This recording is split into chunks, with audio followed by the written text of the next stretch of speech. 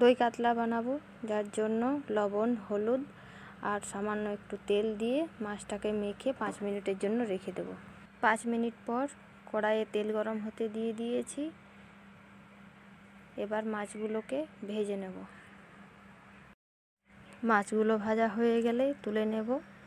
তারপর ওই তেলে গোটা জিরে, শুকনো লঙ্কা, এলাচ, লং আর দারচিনি দিয়ে দেব।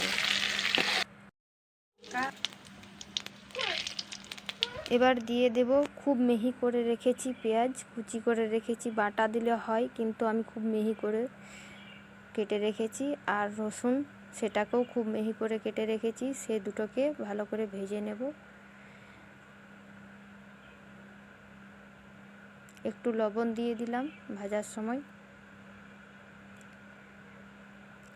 একটু হলুদ আর একটু লাল লঙ্কার গুঁড়ো, কালারটাও যাতে ঠিক হয় সেই জন্য তেলেই দিয়ে দিলাম।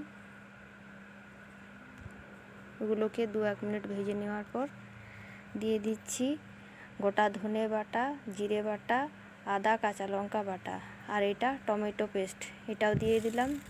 সব একসাথে তেলের সাথে কষিয়ে নেব। একটু তেল ছেড়ে দিলে দিয়ে দেব টক দই। টক দইটাকে কিছুক্ষণ নেড়ে নেব। দিয়ে দেব ঝোলের জন্য কিছুটা জল অ্যাড করে দিলাম। এবার ঝোলটা ফুটে এলে দিয়ে দিলাম মাছগুলো। কিছুক্ষণ মাছটা ফুটে গেলে একটু ঘি আর গরম মশলা দিয়ে আর নামিয়ে নেব। তো হয়ে গেল দই কাতলা। এবার নামিয়ে সবাইকে পরিবেশন করব।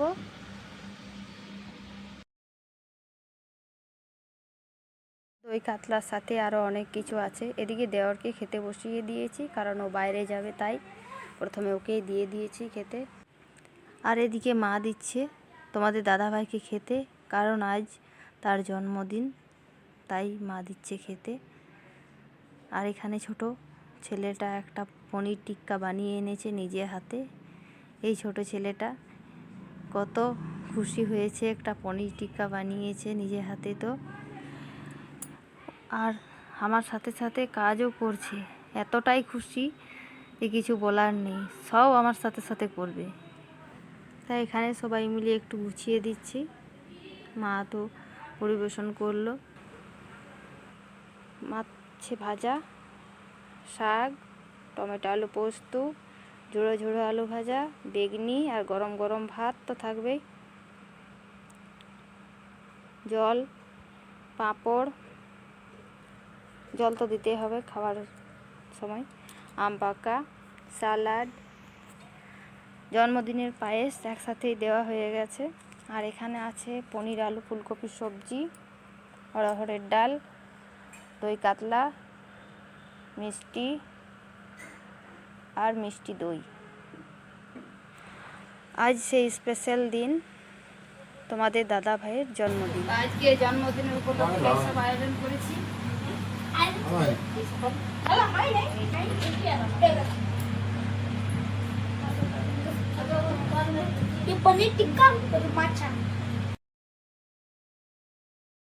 সবাইকে, সবাই ভালো থাকুন, সুস্থ থাকুন। তো এদের খাওয়া দাওয়া হয়ে গেলে